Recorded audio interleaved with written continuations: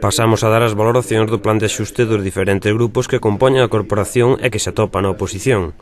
Decir que todos eles loaron o traballo feito tanto pola intervención como pola Secretaría do Concello, alabanzas nas que se inclúe o grupo de goberno. Empezamos as valoracións co Grupo Popular, quen votou en contra do plan de axuste. Votamos en contra porque é un plan que é un axuste a 10 anos, onde en 10 anos o Concello de Chantada queda totalmente limitado a todo tipo de inversións e a todo tipo de calquera proyección que se queira facer, pois ben sea do turismo, ben sea da agricultura, ben sea en calquera punto estratégico, pois no polígono industrial, de calquera cousa.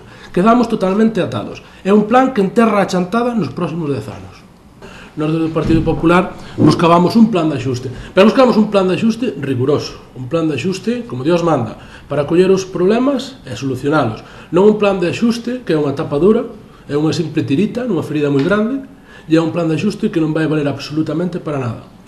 E ademais votamos en contra do plan de axuste porque o Partido Popular levou unha moción xa no segundo mes desta legislatura, levou unha moción para que o plan de axuste se levara por a reducción dos gastos e nunca por o aumento dos ingresos. E desde o plan de axuste proposto por o goberno municipal e apoiado tanto por Bloque como por os partidos socialistas, estáse subindo os impostos a todos e absolutamente a todos os chantadinos.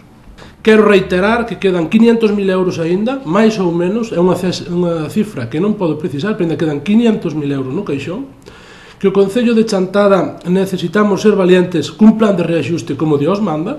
Isto é unha simple tirita, isto é un simple parche, e Chantada podemos salir adiante, pero temos que facer un plan de reaxuste como Dios manda. E se temos que pasalo 2 anos mal ou 3 anos mal, tenémolo que facer. Pero temos que facer un plan de reaxuste acorde á situación. Estamos nunha situación crítica. Cal sería ese plan de reaxuste?